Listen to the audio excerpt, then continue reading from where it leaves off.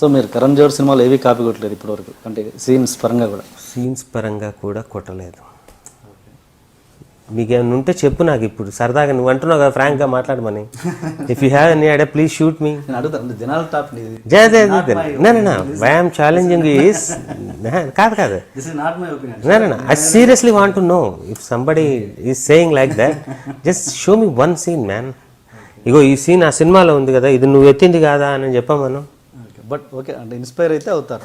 కాదంటే ఎలా ఉంటుందనంటే, ఇప్పుడు రామ్ గారు అంటే ఎక్కువ ఇంపాక్ట్ ఇచ్చిన సినిమాల్లో, ఇప్పుడు రామ్ గోపాల్ వర్మ గారు వచ్చి ఆ గొప్ప సినిమా తీశాడు శివ అని, తర్వాత అందరూ విలన్ క్యారెక్టర్లు తక్కువ మాట్లాడాలి ఇవన్నీ అవి పెట్టారు.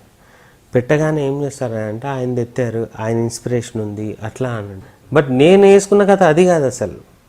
నువ్వు ఒక అమ్మాయిని ఎత్తుకొని వెళ్తే అమ్మాయి చచ్చిపోయింది. ఇప్పుడు వాడి పరిస్థితి ఏంటి?